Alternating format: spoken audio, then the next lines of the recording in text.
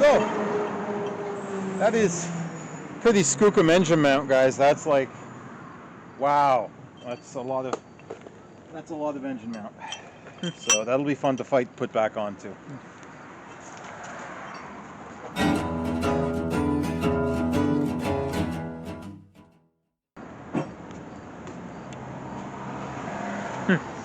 Well, now we can sort of have an better look at the upper cam, but we don't know because this thing requires tools to time it. So we have the tools that are going to lock the cam. We have the tools that are going to go on the bottom part of the crank and tell us if the timing is correct. So that's the next part. All right, guys. So the upper cam cover is off.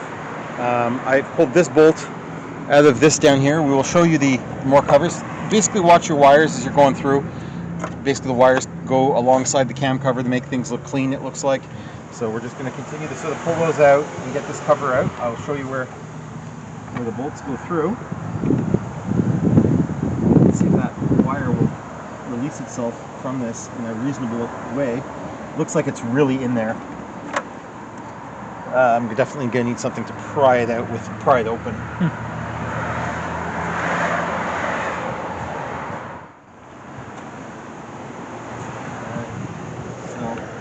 Just try prying this away. Again, it's plastic, so you don't want to go crazy pushing on it.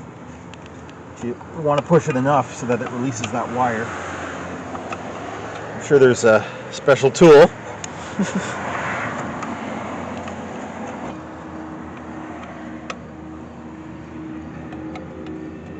There we go. I got that out. On the top part, it seems to slide along, which is nice. And there's a lower, you can see in there, guys, there's 3 lower parts. That's going to hold that in, kind of like reverse angled. Oh yeah. That wire is really well held in there, like no question, it's not going anywhere.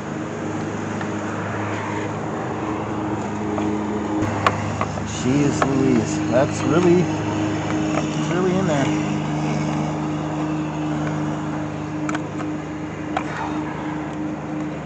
Man.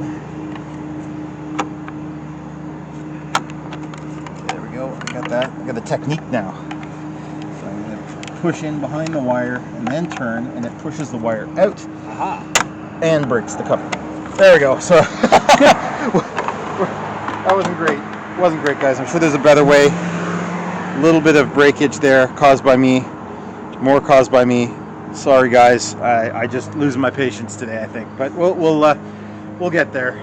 I'll figure that out too. Yeah, a little bit of glue and some cement. Yeah, I'll bet. I'll plastic weld it. We'll do something. I'm not worried about it. It's not overly important at the moment because the car doesn't run. So it does give us a good look at the crank sensor now, and sort of that arrangement down here. You can see on that sensor down in there that there's the crank sensor reads right there. Some kind of other potential pressure sensor there. So I'm not quite sure what those are, but I'm going to do some reading on them and find out. So that harmonic balancer down here, which is this piece, we're going to take that off, and then we're going to find out basically if this belt is timed correctly. There's a piece that locks the back of the cam here, and a piece that bolts onto the bottom here and locks this in place to make sure that everything is correctly timed. So we will be doing that to check it all. We decided to give up on the timing belt temporarily and just play with some spark plugs. It smells like gas, very flooded, very flooded. So, oh yeah, well that one I have to go get a magnet for. They're coming out quite easily though.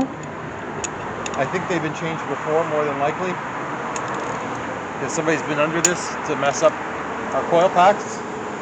So somebody's been in here doing some maintenance.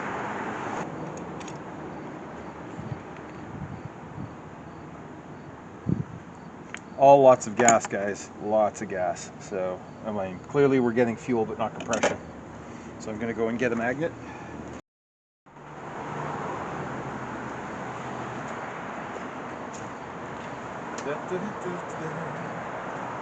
Then we're gonna take this and go. Oh, there's some stuff that's magnetic on there.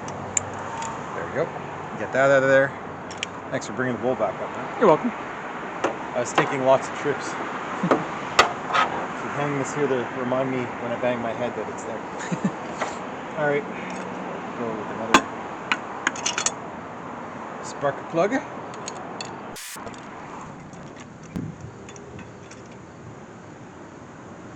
Very wet as well.